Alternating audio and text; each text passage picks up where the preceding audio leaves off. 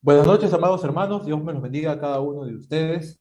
Que tengan, espero que estén teniendo un hermoso miércoles y Dios me los bendiga a cada uno de ustedes que se ha dado cita en esta noche. A pesar de las dificultades que podemos tener, vamos a continuar todavía con el servicio. Así que aquí estamos nuevamente para poder escuchar la palabra del Señor. Así que hoy día he traído un mensaje diferente, tratar de poder traer un mensaje no basado en el libro de Proverbios.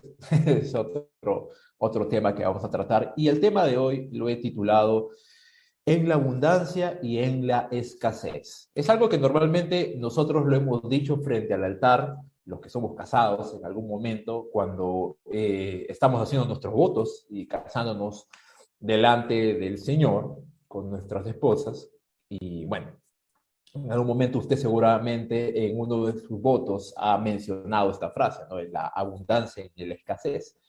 Y básicamente es algo que nos evoca a la idea de que debemos de ser fieles tanto en los momentos fáciles como en los momentos difíciles. En el tiempo, como se dice coloquialmente, extrayendo esto del libro de Génesis, de la historia de José, en el tiempo de las vacas gordas, en el tiempo de las vacas flacas. Y es algo que normalmente nosotros pensamos y debiera ser así. Eh, bueno, vamos al libro de Deuteronomio, capítulo 8, y vamos a ver todo el capítulo 8 acerca de unas órdenes, unos mandamientos que Moisés le había dado al pueblo de Israel antes de poder ingresar a la tierra prometida. Seguramente usted ya ha escuchado muchas veces sermones acerca de esto y hemos pasado, creo, parte de la iglesia y de los ancianos hablando continuamente de estas cosas y creo que ha marcado mucho el libro de Deuteronomio y como los primeros libros de la Biblia, mucho nuestra vida acerca de la vida de Israel, pero como dice la Escritura en 1 Corintios capítulo 10, versículo 6, estas cosas sucedieron como ejemplo para nosotros. Pablo justamente cita algo de la historia de Israel para ponernos como ejemplo de que estas cosas sucedieron y que la iglesia no cometiera estos errores, estos pecados. Así que vamos a hablar hoy día acerca de eso, de Deuteronomio capítulo 8, y vamos a observar en este sencillo pasaje, en todo el capítulo 8, en estos 20 versículos, no deteniéndonos uno tras uno, sino viendo básicamente algunos principios importantes que podemos notar aquí. ¿Sí? No vamos a leer ahorita toda la cita, la vamos a ir leyendo a medida que vamos progresando en el sermón, pero vamos a tratar de bosquejarlo si usted quiere marcarlo, remarcarlo ahí en su Biblia, y es muy fácil. Básicamente usted va a ver del versículo 1 al versículo 10 algo muy interesante, y es que Moisés no va a enseñar o va a advertir al pueblo de Israel, no es algo que está pasando en este momento, sino es una advertencia para lo que posteriormente sí sucedió, ¿sí? Y es que el corazón del creyente o del justo o de la persona, del hombre, debe de ser modelado en el presente para poder recibir las bendiciones futuras. Y esto es un principio muy interesante porque muchas veces queremos alcanzar muchas cosas de parte del Señor, pero nos preocupamos muy poco por el estado de nuestro corazón. Muchas veces queremos alcanzar las cosas que Dios tiene para nosotros y seguramente son grandes cosas que Dios tiene para nosotros, pero muy poco nos preocupamos por el carácter o por cómo debiera estar el estado de nuestro corazón. Y eso vamos a hablarlo en el versículo 1 al versículo 10. Desde el versículo 11 al versículo 20, usted va a poder notar otra advertencia eh, y tiene que ver básicamente que el corazón debe de mantenerse en fe en el presente para evitar la apostasía futura. Y es algo muy interesante también, porque si bien es cierto, en lo que he dicho anteriormente, en la sección anterior, en el tiempo de crisis, en el tiempo de prueba, en el tiempo del desierto, el corazón debe ser modelado para las bendiciones futuras, ¿no? En este caso, la tierra prometida que en algún momento ellos recibirían por heredad.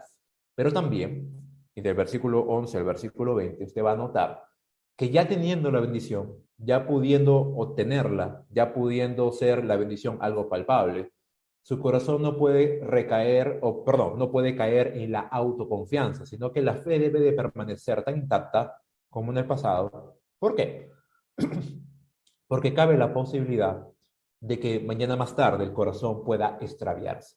El- Uno de los profetas Jeremías decía, el corazón es engañoso más que todas las cosas. ¿Quién lo conocerá? Dice.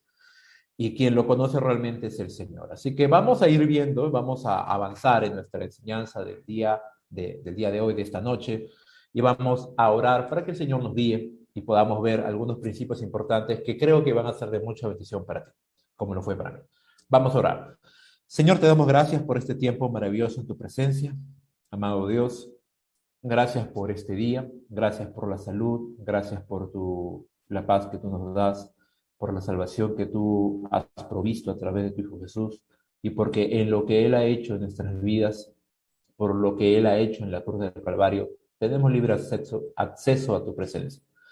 Es por Él y por causa de su salvación que nosotros podemos entender tu palabra, poder meditar en ella, poder estar aquí delante de ti, tan siquiera tener la sublime intención de poder escuchar. Gracias, Dios mío, por tu Hijo, porque sin Él no seríamos absolutamente nada. En esta noche que vamos a estudiar tu palabra, no es un sermón demasiado elaborado, tampoco, Señor, es una enseñanza sumamente profunda, pero creo, amado Dios, que debe ser, o que es, principios hermosos que nos ayudarán a poder entender, a poder estar apercibidos, a poder seguramente mostrarnos alguna realidad de nuestro corazón. Amado Dios, ayúdanos y que tu Santo Espíritu pueda hablar a través de tus escrituras a nuestros corazones, como seguramente, como lo fue conmigo y como seguramente lo harás con ellos. Así que habla a nuestros corazones, adviértenos, ponnos en sobreaviso, edúcanos, Señor, instruyenos, e infunde temor en nuestros corazones. Haz la obra que yo no puedo hacer, haz y transforma los corazones que yo no puedo transformar. Gracias te doy, amado Dios, por tu misericordia, por tu provisión, por lo fiel que eres y porque siempre estás dispuesto a hacernos bien. En el nombre poderoso de Cristo Jesús. Amén y amén. Ok, vamos a este versículo. Vamos a leer el primer versículo. Dice así la Escritura. Cuidaréis de poner por obra todo mandamiento que yo os ordeno hoy, para que viváis y seáis multiplicados y entréis y poseáis la tierra que Jehová prometió con juramento a vuestros padres. Lo primero que vamos a encontrar aquí es que hay un mandamiento que se va a repetir constantemente en este capítulo, si no es que en todo el libro, y es de siempre obedecer. El Deuteronomio, o llamado también la segunda ley, tiene la intención de recordar el pacto que los israelitas habían hecho con Dios y que tenían que honrar. Estaban a puertas ya de poder obtener la tierra prometida y no podían heredar esa bendición sin antes tener un corazón correcto y sin antes poder entender que Dios es el que hace las cosas por medio de ellos y no al revés. Así que Moisés va a tratar de tallar en el corazón de los israelitas que ellos debían de tener un corazón sumamente cuidadoso para poder poner por ejercicio lo que Dios les había dicho a través de los labios del mismo, de Moisés. Así que ellos tenían que hacer esto, poner por obra los mandamientos, las ordenanzas, los preceptos del Señor, porque de caso contrario, si ellos no hacían, no obedecían y su corazón se volvía rebelde para contra el Señor, habían consecuencias nefastas y fatales que la vamos a ver no solamente en la historia, sino en este mismo capítulo como advertencias futuras de lo que mañana más tarde se convirtieron en realidad en la vida del pueblo de Israel. Así que Moisés les hablaba nuevamente al pueblo de Israel que ellos debían de tener en consideración el hecho de poder oír la palabra de Dios y no ser oidores pasivos o simplemente desoír los mandamientos del Señor y dejarlos a un lado y ser rechazar o mostrar cierta aversión hacia la palabra de Dios, si no tenían que ponerla por obra. ¿Cuál era la consecuencia de ello? Era la bendición de Dios sobre sus propias vidas, la multiplicación o la bendición, la prosperidad y todo lo que Dios podría darles a ellos como bendición, tanto material como espiritual, sobre sus propias vidas a causa de su obediencia. ¿Y qué le llevaba a Dios poder cumplir con esto? Era el juramento que le había hecho. Algo que debemos de considerar en la persona de Dios es que Dios es un Dios de pacto, por causa de que Él es veraz y eso es uno de sus atributos. Él iba a cumplir, sea como sea, independientemente si Israel cumplió o no el pacto que él ya había hecho de darles una tierra, pero obviamente lo que Dios esperaba del pueblo de Israel es que ellos obedecieran, porque era para su propio bien. Así que vemos en el primer versículo, y esto mismo, dicho de otra forma, va a ser un mandamiento relevante en este capítulo, y es: pon por obra, escucha la palabra de Dios, escucha el mandamiento, porque la palabra de Dios, o el hecho de exponerse a la palabra de Dios, al mandamiento de Dios, iba a traer como resultado el acto de poder salvaguardar el corazón de Israel de la apostasía, de la idolatría y de pecados diversos en los cuales a futuro cayeron de una manera grosera. Así que era algo importante que Israel debía de considerar en primer lugar, y era que la palabra de Dios era importante, relevante, útil para salvaguardarlos a ellos en una obediencia correcta y en una comunión limpia. Así que no podemos de ninguna manera desmeritar el valor de las escrituras. No solamente esto debe de entenderse que era un mandato para Israel, sino en realidad la dinámica de todo creyente para con Dios es entender que la palabra de Dios tiene que cobrar relevancia en su propia vida.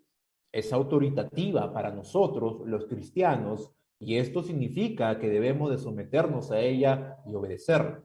Así que era algo que Israel debía de considerar. De pronto,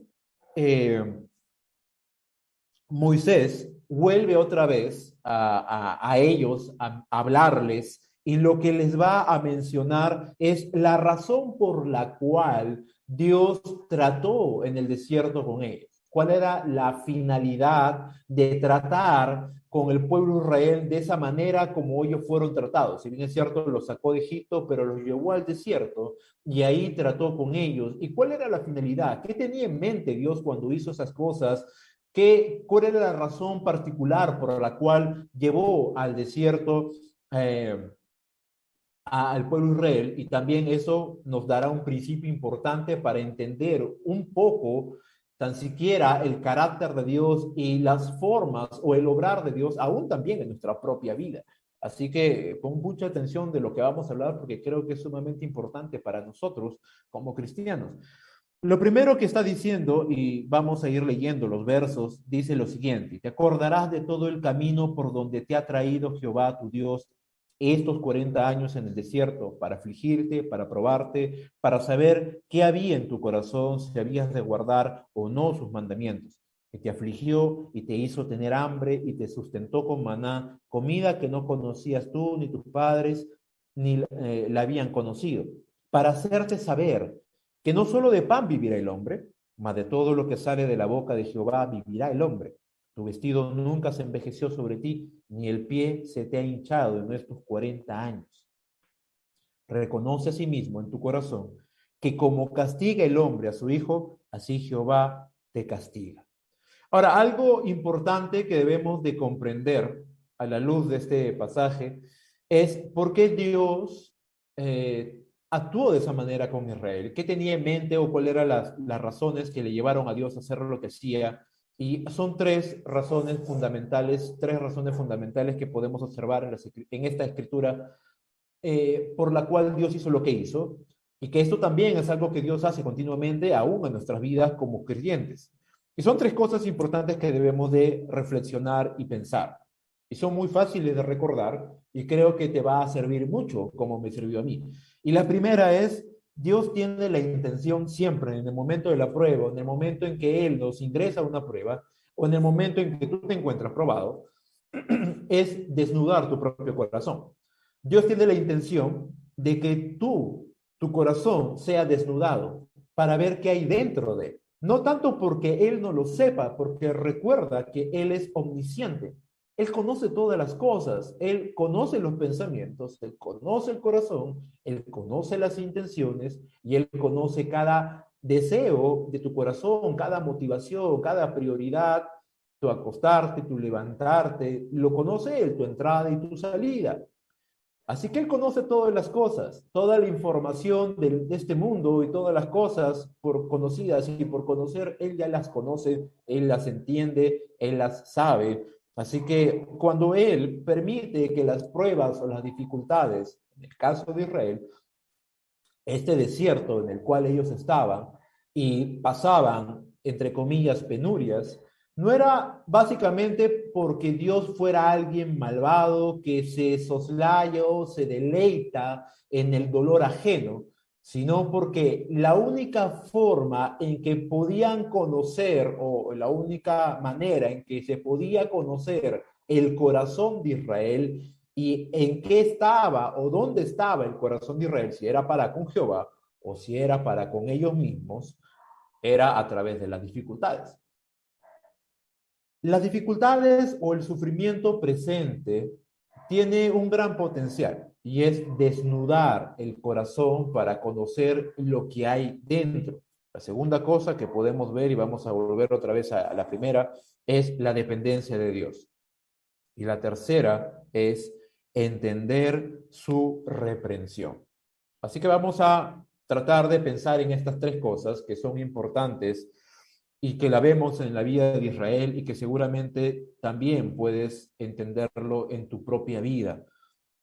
Las dificultades o las pruebas que Dios trae a nuestra vida, eh, independientemente de cuál sea la magnitud de la dificultad que tú y yo estemos viviendo, tiene esos tres propósitos. Cuando vemos que Dios, o cuando vemos que Moisés hablaba acerca del pueblo de Israel, le hacía mención de que ellos cuando llegaran a la tierra prometida, al ver la abundancia que habría, evocarían los recuerdos de lo que fue el desierto pasado. En el momento en que ellos ingresaran a la tierra de bendición, a la tierra de la promesa, en el momento en que ellos iban a ver ya, iban a ver cristalizado el pacto de Dios, ellos iban a poder palpar la bendición que tanto prometió Dios, ellos podrían evocar a su mente las razones por las cuales ellos fueron afligidos de esta manera. Muchas veces cuando estamos en dificultades no podemos comprender por qué Dios permite que estas cosas pasen. Muchas veces la razón por la cual somos afligidos es por causa de nuestro propio pecado y tenemos que tocar fondo para que Dios de alguna otra manera nos quebrante y volvamos a Él. Muchas veces no es por pecado, sino que Dios permite que seamos de alguna otra manera probados para sacar algo que hay en nuestros corazones. Tal vez un poco de autosuficiencia, autoconfianza, algo egoísmo o falta de perdón, algún pecado que no nos ayuda a poder volar para Dios o algo que nos impide alcanzar la bendición que Dios tiene, y es básicamente porque ese pecado nos restringe de poder obtener esa bendición. Así que algo que podemos notar aquí es que Moisés, en el entendimiento que el Espíritu da, le dice al pueblo de Israel la razón por la cual Dios había hecho lo que había hecho. Y lo encontramos en el versículo 3 dice, en el versículo 2 dice, te acordarás de todo el camino donde te ha traído Jehová, tu Dios, estos 40 años en el desierto. Tuvo razón para afligirte, tuvo razón para probar, pero la finalidad de estas cosas eran para saber lo que había en tu corazón, si habías de guardar o no sus mandamientos. Y muchas veces las dificultades que tú y yo pasamos tienen un propósito eterno, tienen un propósito en Dios. Tal vez tú sientes que Dios te ha dejado o aquí hay dificultades que no puedes afrontar, pero realmente tiene una razón de ser.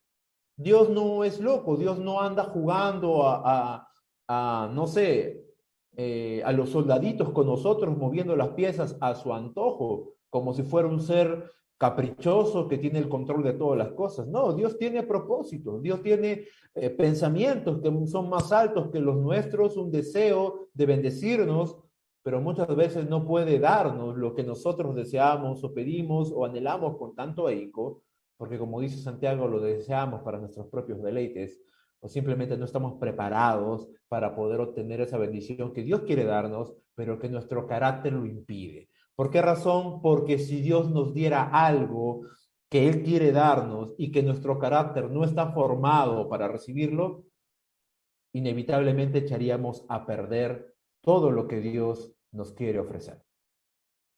Así que algo que debemos de considerar, mis amados hermanos, es entender que Dios tiene un propósito muy importante detrás de todo lo que Él hace. Y el primero es desnudar nuestro corazón. Pregúntate a ti mismo qué ha logrado las pruebas o las dificultades en este tiempo de pandemia en tu propio corazón. ¿Eres más piadoso que ayer? ¿Eres más sensible a Dios que antes de que comenzara todo este loquerío de la pandemia? ¿Estás más aferrado al Señor que antes? ¿O simplemente ya has dejado de congregar?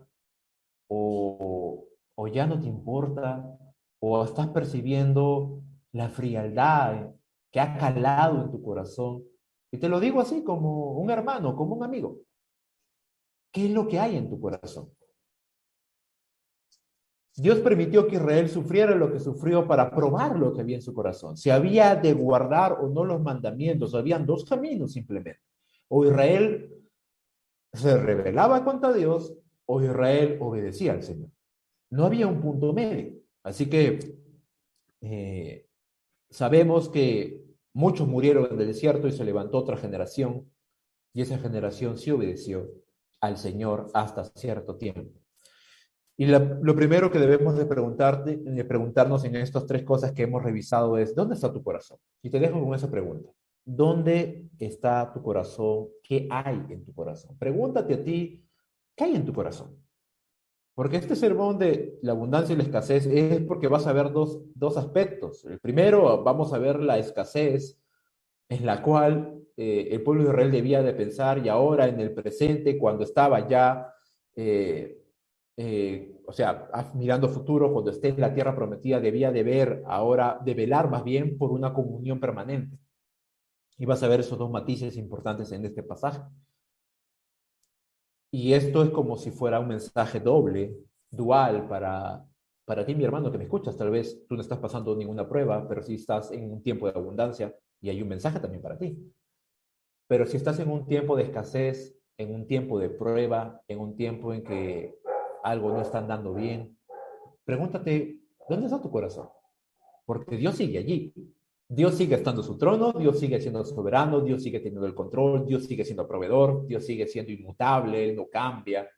Todas las cosas van a cambiar, todo va a pasar, pero Él nunca va a pasar, Él nunca va a cambiar. En Él no hay sombra de variación, en Él no hay mudanza, dice Santiago, así que Él no cambia. Lo que cambia somos nuestros corazones. Él no se aleja de nosotros, nosotros nos alejamos de Él. ¿Qué hay en tu corazón? ¿Has de guardar o no sus mandamientos? Y era, Moisés les explicaba eso a Israel. Por eso Dios los trató. Dios trató con ustedes para saber si eso había en su corazón. Y yo te digo ahora a ti, Dios está tratando contigo para saber lo que hay en tu corazón. Ahora, tu corazón, ¿qué está revelando? Tu corazón, ¿qué está mostrando? Tu corazón, ¿qué te está mostrando a ti mismo? Infidelidad, deslealtad para con Dios, frialdad, resentimiento, tal vez, duda, incredulidad, qué sé yo. Solamente tú lo sabes. Pero las pruebas, las dificultades, el desierto, si lo quieres llamar así, tiene ese propósito. Ese primer propósito es desnudar el corazón. El segundo es que entiendas que debes de depender de Dios. Mira lo que dice la Escritura. Versículo 3 dice, y te afligió y te hizo tener hambre y te sustentó con maná, dice. Comida que no conocían ni tú ni tus padres la habían conocido. ¿Cuál es el propósito? Otra vez vas a ver este para, ¿ya? Que vistes en el versículo 2 se repite en el versículo 3 y es para hacerte saber, dice. O sea, el acto del maná, ese milagro sobrenatural que Dios hizo en el pueblo de Israel cuando ellos estaban hambrientos y hizo que el maná descendiera del cielo. ¿Cuál fue el propósito? Y Moisés les hace recordar, el propósito era para hacerte saber, dice, que no solo de pan vivirá el hombre, sino de toda palabra que sale de la boca de Dios. De esa vivirá el hombre. ¿A qué se refería con esta frase? Se refería que el hombre, el creyente, el ser humano en líneas generales no vive básicamente por su esfuerzo humano, vive porque Dios es bueno, vive porque Dios encuentra placer en bendecir aún a sus enemigos. Dios es bueno, hermano. Dios es fiel. Dios es amable. Dios es bondadoso. Dios tiene aún el deseo de poder bendecir a aquellos que le odian. Dios tiene aún el deseo de poder dar salvación a aquellos que le niegan. Dios hace llover sobre justos e injustos. Y algo que Moisés les hablaba al pueblo de Israel, y es, ¿saben por qué Dios los llevó al desierto donde no había nada en los cuales sus ojos pudieran detenerse y decir, no, ya sé, voy a matar a este animal, yo voy a cazar a este animal, yo mismo me voy a sustentar? No, Dios lo llevó a un desierto donde no había nada, solamente arena y un solo abrasador, con la finalidad de que ellos no pusieran su esperanza en nada que sea terrenal ni humano, y tuvieran que forzosamente poder mirar a Dios en dependencia a Él. Lo mismo hace Dios. Dios te va a llevar al límite, Dios te va a llevar al borde, con la finalidad de que tú entiendas que no es tu fuerza, no son tus ganas, no es algo, tus cualidades, no es algo que tú pudieras hacer para poder proveerte a ti mismo lo que tienes ahora. No, los tiempos de dificultad, los tiempos de prueba, los tiempos de escasez, los tiempos en que sientes que la vida te encierra en cuatro paredes, que sientes que hay un callejón sin salida y no parece que hubiera esperanza, los momentos en que sientes que entras en un pozo de oscuridad son los mejores momentos en los cuales debes de ejercitar tu dependencia a Dios, y son los momentos en los cuales Dios muestra su mayor gloria.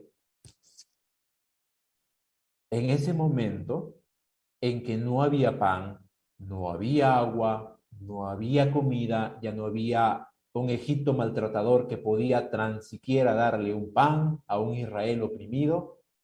En ese momento en que no había patrones y no había amos, había el dueño del universo que tenía toda la intención de suplir, toda la intención de sustentar, toda la intención de mostrar su gloria en los momentos de mayor dificultad, hacer posible en los momentos en que humanamente todo es imposible, en los momentos en que la fe decae, en los momentos en que el corazón se resquebraja, los momentos en que hay un nudo en la garganta porque sientes que nada está bien. Y son precisamente esos momentos en que Dios muestra su poder. Así que en la dificultad, en la escasez, es un tiempo propicio para poder conocer lo que hay en tu corazón y si hay fe en Dios o no la hay, y si estás perseverando en Él o simplemente no, y también para ver si realmente dependes de Dios o tu corazón está dependiendo de otra cosa. Tal vez hace mucho tiempo dejaste de confiar en Dios y estás confiando en ti.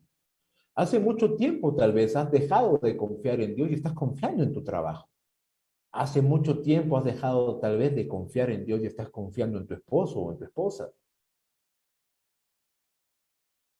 Tal vez hace mucho tiempo dejaste de confiar en Dios y estás confiando en tu habilidad para hacer riquezas.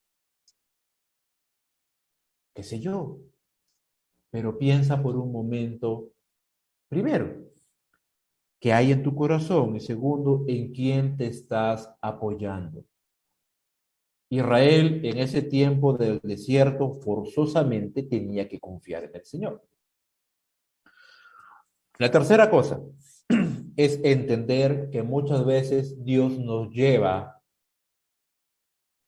a la esquina del ring para reprendernos. Muchas veces Dios nos lleva al desierto para exhortarnos. Muchas veces Dios nos lleva a un punto de quiebre para corregirnos. Las pruebas y las dificultades o el castigo de Dios, no estoy diciendo que toda prueba sea un castigo de Dios, pero hay momentos en que los desiertos son sí la reprensión de Dios y debemos de entenderlo de ese punto de partida. El castigo de Dios no debiéramos pensar que es un verdugo tratando de ajusticiar a un condenado. No es así. El castigo de Dios es la forma en que Dios castiga desde un padre hacia un hijo. Mira lo que dice este pasaje, versículo 5. Reconoce a sí mismo en tu corazón que como castiga el hombre a su hijo, así Jehová tu Dios te castiga. No está diciendo, como un verdugo maltrata a un condenado, así Dios te castiga. No, no está diciendo así, está diciendo como un padre a un hijo, que puede montar en cólera por la rebeldía, por la desobediencia explícita. Un padre que ama a sus hijos, y cualquiera que usted, si usted me está escuchando y es padre, usted sabrá que usted no castiga, no vive castigando, ni se deleita castigar a sus hijos. Solo una persona con mente retorcida se deleitaría en castigar a sus hijos. Yo castigo a mi hija y no me parece placentero hacerlo. En ningún momento cuando lo he hecho he encontrado placer ni gusto. Es más, me enoja hacerlo porque no me gusta hacerlo. Amo tanto a mi hija que no me gusta llamar la atención, no me gusta castigarla, no me gusta disciplinarla.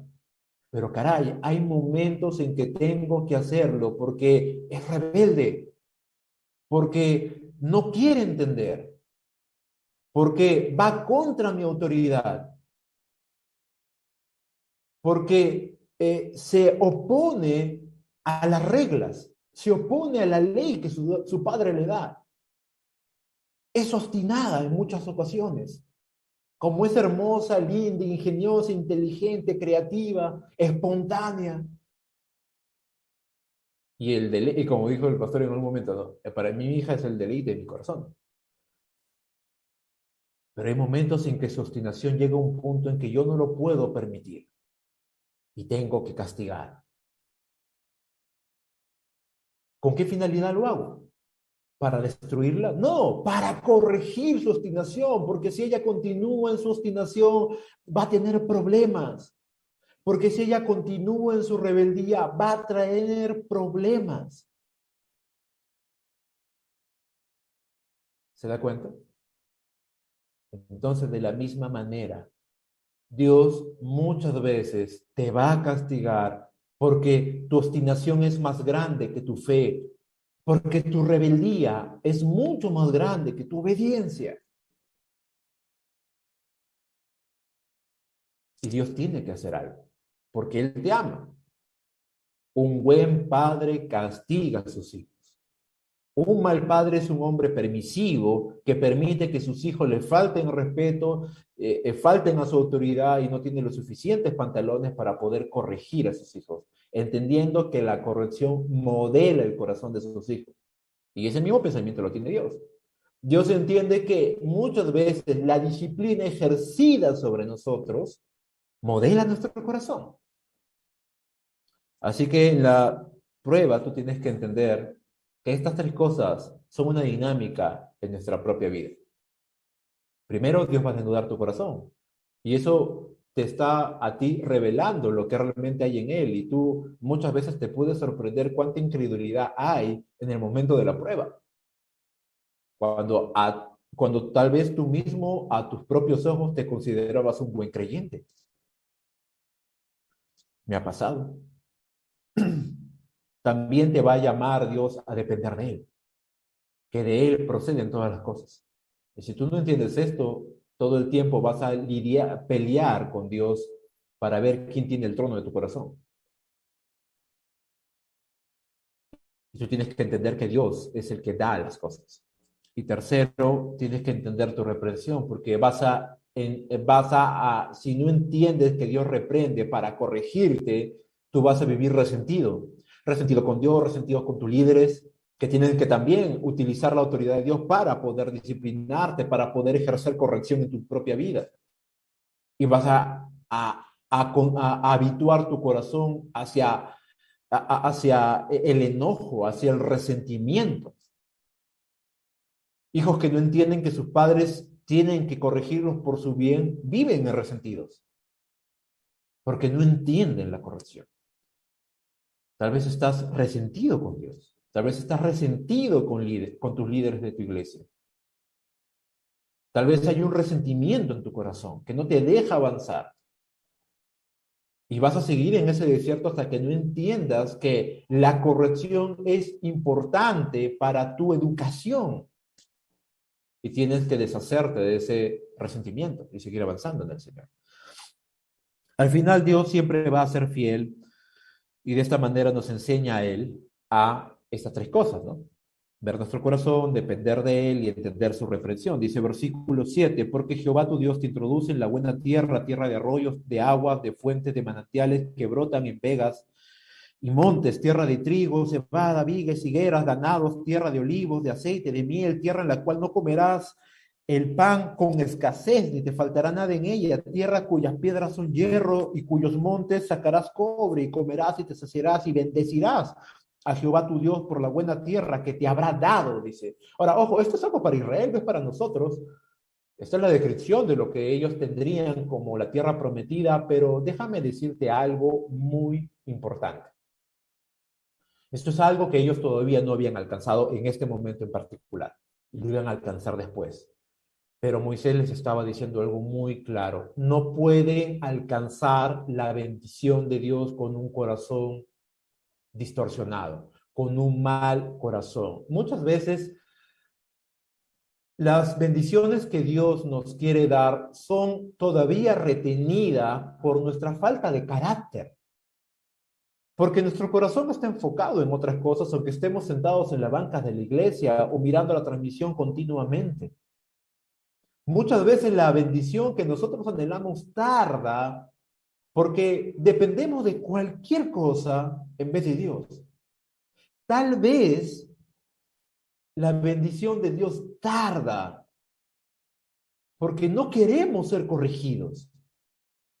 No exponemos el pecado en el cual estamos viviendo porque no queremos ser corregidos o nosotros mismos no nos autodisciplinamos y vamos a oración confesando ese pecado particular.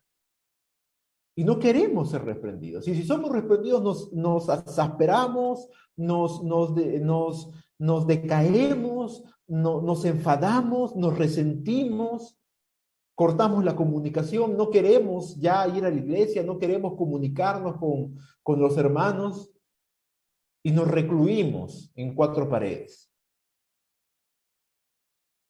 ¿Cómo piensas que con ese corazón tú y yo podemos alcanzar lo que Dios tiene para nosotros? No, no vas a poder hacerlo. Mi hija hace unos días atrás me decía, papá, cómprame un celular. Yo le dije, mira, no te voy a comprar un celular.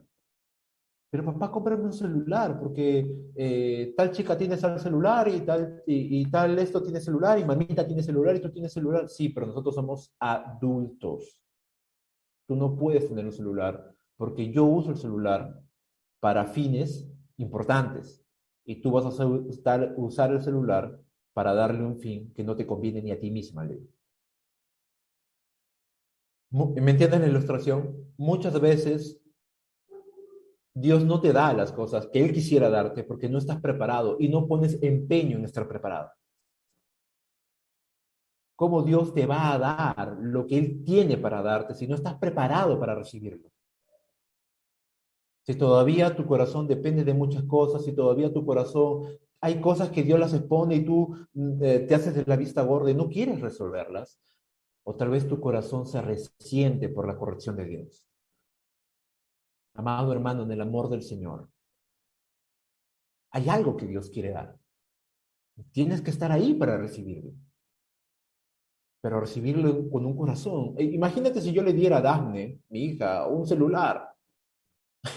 Le rompería, lo metería al agua, jugaría todo el santo día, ¿qué cosas no haría? Pero estoy por seguro que no le daría un buen uso, porque todavía está muy pequeña para recibir una responsabilidad tan grande. ¿Me entiendes? Puedes ser un adulto, puedes tener muchos años en la fe, pero tener un pésimo carácter y por eso Dios no puede bendecirte, porque no estás preparado todavía para lo que Dios quiere darte. Y eso es menester tuyo. Las pruebas van a revelar eso en tu corazón. Y ahora pasamos al otro público. ¿Qué tal si ahora estás súper bendecido? ¿Qué tal si ahora tienes muchas cosas? ¿Qué tal si ahora ves la prosperidad de Dios a manos llenas sobre tu propia vida? ¿Qué debería pasar en tu corazón? ¿Cómo debería ser tu actitud? Bueno, yo te doy otro consejo que Moisés le dio al pueblo de Israel y es, debes de mantener el corazón en la fe para evitar un extravío futuro, para evitar la apostasía futura, para evitar que tu corazón se aparte en un futuro. Mira lo que dice, versículo 11. Y vamos a ir leyendo y explicando un poco. Versículo 11 dice, cuídate de no olvidarte de Jehová tu Dios para cumplir tus mandamientos, para cumplir sus mandamientos, sus decretos y sus estatutos que yo te ordeno hoy, dice. Muy similar a lo que habíamos leído en el primer versículo. ¿Te das cuenta que estas dos secciones comienzan con una introducción como esta? ¿Qué importancia y qué relevancia tiene la escritura en nuestra propia vida práctica del cristianismo? Y es que sin la palabra de Dios tú no puedes avanzar. Si no estamos continuamente mirándonos a la luz de las escrituras o simplemente siendo expuestos continuamente por la palabra de Dios, entonces, ¿cómo vamos a ser limpiados? No hay forma de ser limpiados. Es por eso que hay un fuerte énfasis en nuestra iglesia de volver a las escrituras, hay un fuerte énfasis en los devocionales, hay un fuerte énfasis en el discipulado. ¿Te has dado cuenta por qué lo hacemos? Porque la escritura tiene la centralidad en la vida de la iglesia, en la vida del creyente. Israel, si no ponía su mirada en los estatutos, mandamientos y decretos y preceptos del Señor, que daba a través de su siervo Moisés, Israel iba a fracasar. Vemos ahora eso. En la sección anterior, tenían que meditar en la palabra de Dios, porque cuando llegaran a la tierra tenían que recordar todo lo que Dios había hecho y por qué Dios había permitido que sufrieran. Ahora estando, figurativamente, porque históricamente todavía no llegaban a la tierra prometida, pero ya Moisés se anticipa, y imaginemos, supongamos que Israel ya está ahí en la tierra prometida, que ya las tierras han sido repartidas como en el tiempo de Josué. Moisés les dice, también tienes que velar en las escrituras, también tienes que pasar tiempo entendiendo, pensando en la palabra de Dios, en lo que Dios ha dicho, en lo que Jehová ha ordenado. ¿Por qué? Porque no vaya a ser, dice, no suceda que comas y te sacies y edifiques buenas casas en que habites. Versículo 12 del capítulo 8 de Deuteronomio. Versículo 13. Y tus vacas y tus ovejas se aumenten, y la plata y el oro se te multipliquen, y todo lo que tuvieras se aumente, dice. Punto de quiebre, escucha. Y se enorgullezca tu corazón, y te olvides de Jehová tu Dios, que te sacó de tierra de Egipto, de casa de servidumbre, y te hizo caminar por un desierto grande y espantoso, lleno de serpientes ardientes, y de escorpiones, y de sed, donde no había agua, y él te sacó agua de la roca, del pedernal y te sustentó con maná en el desierto, comida que tus padres no habían conocido, afligiéndote y probándote para la postre hacerte bien. Y digas en tu corazón, mi poder y la fuerza de mi mano me han traído esta riqueza. Si no, acuérdate de Jehová tu Dios, porque Él te da el poder para hacer las riquezas a fin de confirmar su pacto que juró a tus padres, como en este día. ¿Te das cuenta?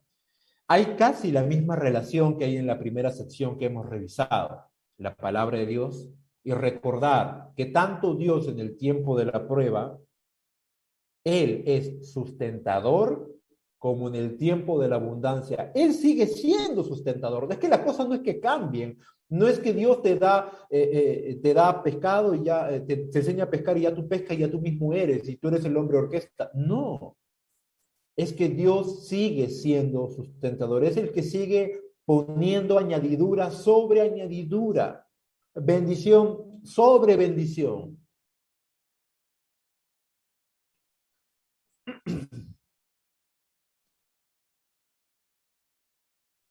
El tiempo de bendición ahora, y para ustedes, hermanos, que tal vez están percibiendo un tiempo de abundancia, tal vez, de bendición, quién sabe. O un tiempo en las cosas están quietas, están bien, están reposadas, están tranquilas como agua de pozo, como dice una frase por ahí. Tal vez todas las cosas están bien, pero ¿qué dice la palabra del Señor? No suceda que comas y te sacies, que edifiques casas para ti, dice, que todo lo que tú tengas se aumente, se multiplique, dice, y todo lo que tuvieras comience a crecer con creces, se comienza a acrecentar y se enorgullezca tu corazón. Muchas veces cuando las cosas están bien, y eso es lo que sucedió cuando ves la transición de Josué a jueces, es que el pueblo se confió en que todo estaba bien, confió en que todos iban a seguir, que los altares que habían puesto las tribus de Rubén, Gad y Manasés y la otra tribu, iban a ser esos testimoniales, iban a ser suficientes para que las generaciones futuras recordaran y dijeran, bueno, vamos a seguir a Jehová de buena voluntad y se confiaran. Hay un problema cuando nosotros somos muy confiados en nuestro propio corazón. Confía en el Señor de todo tu corazón, pero no confíes en ti. No confíes en tu corazón, no confíes en tu propia prudencia, dice el proverbista. Y lo hemos explicado, lo hemos hablado. No confíes en tu propia prudencia. Israel debía de recordar y no olvidar quién lo sacó, cómo lo sacó y para qué lo sacó. Algo que cometió un error garrafal, un error, un craso error que cometió el pueblo de Israel es que Israel olvidó que era esclavo. Israel olvidó que Dios fue su libertador. Israel olvidó que Dios lo protegía. Israel olvidó que Dios lo sustentaba y muchas veces tú y yo olvidamos que éramos esclavos del pecado, olvidamos que fue Dios quien nos libertó a través de Cristo, olvidamos que Dios es el que nos protegió y nos protege aún, olvidamos que Dios es el que nos sustenta y nos sustentó y nos sustentará, que Dios fue fiel, es fiel y seguirá siendo fiel. Y muchas veces lo olvidamos. Muchas veces olvidamos cuando ya vemos que las cosas van bien, que todo crece, que todo se aumenta, que hay llamadas por aquí, llamadas por allá, que hay un ascenso en el trabajo. Y yo estoy diciendo que eso esté mal, no me malentiendas. ¿Está mal acaso la prosperidad? No está mal. No está mal ser próspero, no está mal que Dios bendiga. Está bien. Lo que está mal es que cuando llega la bendición, cuando todo va bien, tú te apartes de Dios y volvamos nuestros corazones ingratos a lo que Dios ha hecho. Eso está mal. Eso es lo que nosotros criticamos. Es lo que nosotros ponemos sobre la mesa y juzgamos. Eso está mal. Que busquemos a Dios solamente cuando las cosas vayan mal y cuando las cosas están bien nos olvidamos de Él y somos ingratos. Eso está mal. Porque así como Dios da, también quita, hermano. Así como Dios levanta, también deja caer. Así como Dios pone, también saca. Y muchas veces lo olvidamos. No se enorgullezca tu corazón y olvides que Jehová tu Dios te sacó de tierra de Egipto, de casa de servidumbre, dice. O sea, lo que dice Moisés ahí al pueblo de Israel, ustedes eran una familia de sirvientes y porque Dios los sacó, los transformó en una nación escogida, de ser sirvientes a una nación. Entonces, nuevamente, Volvemos a extrapolar todo eso a nosotros y pensamos, amado hermano, ¿acaso Dios no pagó un alto precio por tu vida? ¿No dio lo mejor que tenía su Hijo Jesús por ti? ¿Eso no es suficiente para que vivas en gratitud todo el resto de tu vida? ¿No es suficiente el Evangelio para que tú y yo vivamos para la gloria de Dios? ¿No es suficiente para que tú y yo nos esforcemos en la obra de Dios? Tan siquiera en nuestra devoción personal, me causa curiosidad ver domingo tras domingo personas que no van al servicio, pero sí pueden viajar, pueden pasear, pueden comprar, pueden vender, pueden hacer mil de cosas, pero no ir a la casa del Señor.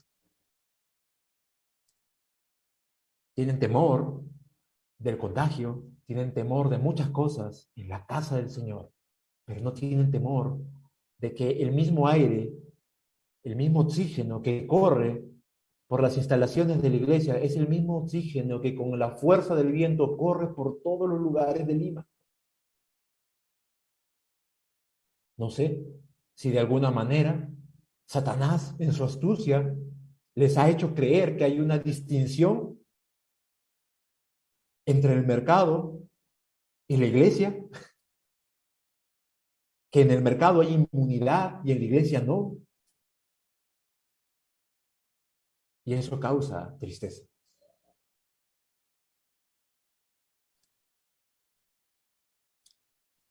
No te olvides, te lo pido así, no te olvides que eras esclavo del pecado. No te olvides que Él te libertó a través de su sangre. No te olvides que Él ha sido fiel. No te olvides que Él te sustentó. No te olvides que Él te protegió cuando nadie más podía hacerlo. Y que Él escuchaba constantemente tus oraciones en lágrimas, por los motivos que tú conoces. Y te escuchó. Escuchó tu clamor y te auxilió, te libró de tus temores, te levantó, te puso en alto, te dio una dignidad. No te olvides. El corazón del orgullo tiene una frase que le encontré aquí en Deuteronomio 8, en el versículo 17 exactamente. Mi poder y la fuerza de mi mano me han traído esta riqueza. No pienses que es tu mano ni tu poder. Cuando tú piensas que es tu mano y tu poder, indefectiblemente y de manera inmediata, tú has negado al Señor, a tu Señor.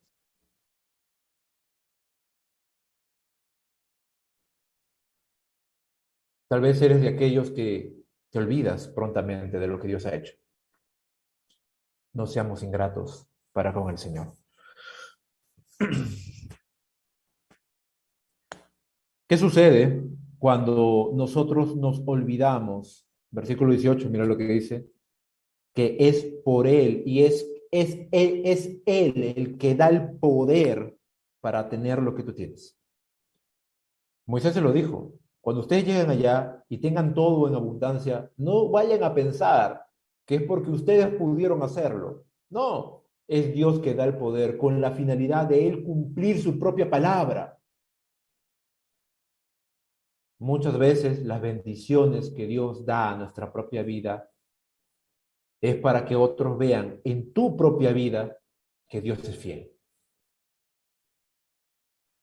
Y eso puede de alguna otra manera distorsionar nuestra mente y decir, no, no, Dios me da porque sí, porque yo hago esto, porque yo hago lo otro. No, es porque los terceros tienen que ver que Dios es fiel y Dios le place bendecir tu vida para que otros vean y digan, wow, ¿cómo lo ha levantado Dios?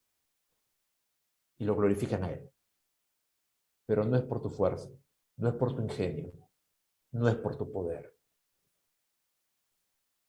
¿Qué pasa si aún teniendo toda la bendición del mundo no tienes un corazón en gratitud para con el Señor? Mira lo que dice, versículo 19 al 20. Y Dios se toma muy en serio esto. Mas si llegares a olvidarte de Jehová tu Dios y anduvieres en pos de dioses ajenos y le sirvieras a ellos y te inclinares, yo lo afirmo hoy contra vosotros que de cierto pereceréis.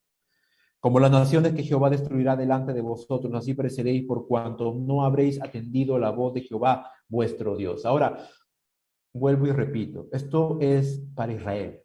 Esto es algo que Dios le advirtió a Israel y que efectivamente así pasó, tal cual como él lo dijo. Pero hay una realidad escondida detrás de esto. Israel cayó en idolatría, Baal, Astarot o Astoret. ¿Cuál es la idolatría moderna de nuestros corazones? El dinero, el trabajo, las personas, las posiciones, etcétera, etcétera.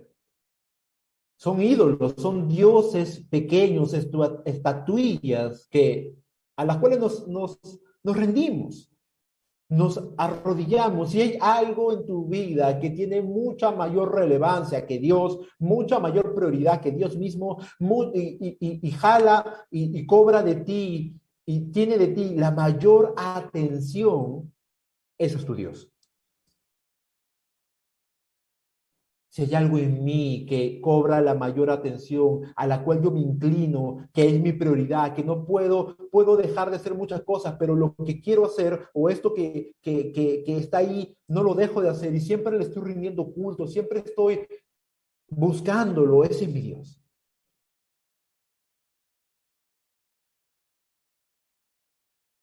El principio que se esconde aquí en el versículo 19 al 20 es un atributo de Dios y es que Dios es celoso. Dios es un Dios celoso. Dios es un Dios que cela con celo santo. Dios no comparte su gloria con nadie, Dios no comparte su pueblo con nadie.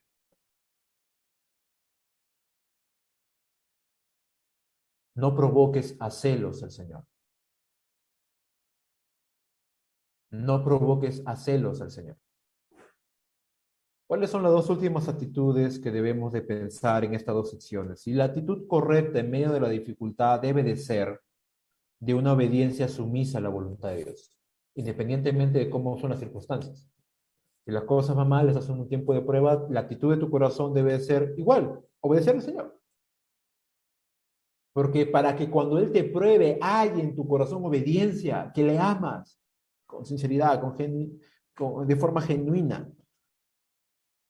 ¿Y qué tal si estoy en abundancia, hermano? ¿Cuál debe ser mi actitud? Mi actitud también debe de ser de recordar que sin Dios somos nada. Que todo lo que tienes, que todo lo que eres, que todo lo que he conseguido y todo lo que conseguirás serás simplemente porque Dios es un Dios de gracia. Independientemente del bando en el que te encuentres, el mensaje siempre va a ser: obedece al Señor y depende de Él. Amado hermano, como dije al principio, estas cosas no son ejemplo para nosotros.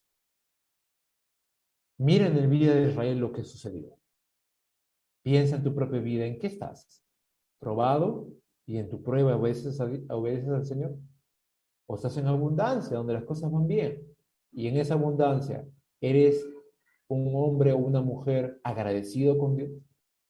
Tu gratitud se ve en tu vida diaria, en el servicio que tú le das al Señor, en también tu economía. ¿Honras a Dios con tus bienes? ¿Estás dando todo tu ser para Él? ¿O estás reservando cosas? Pensemos un poco en eso. Así que espero que haya sido de mucha bendición este tiempo.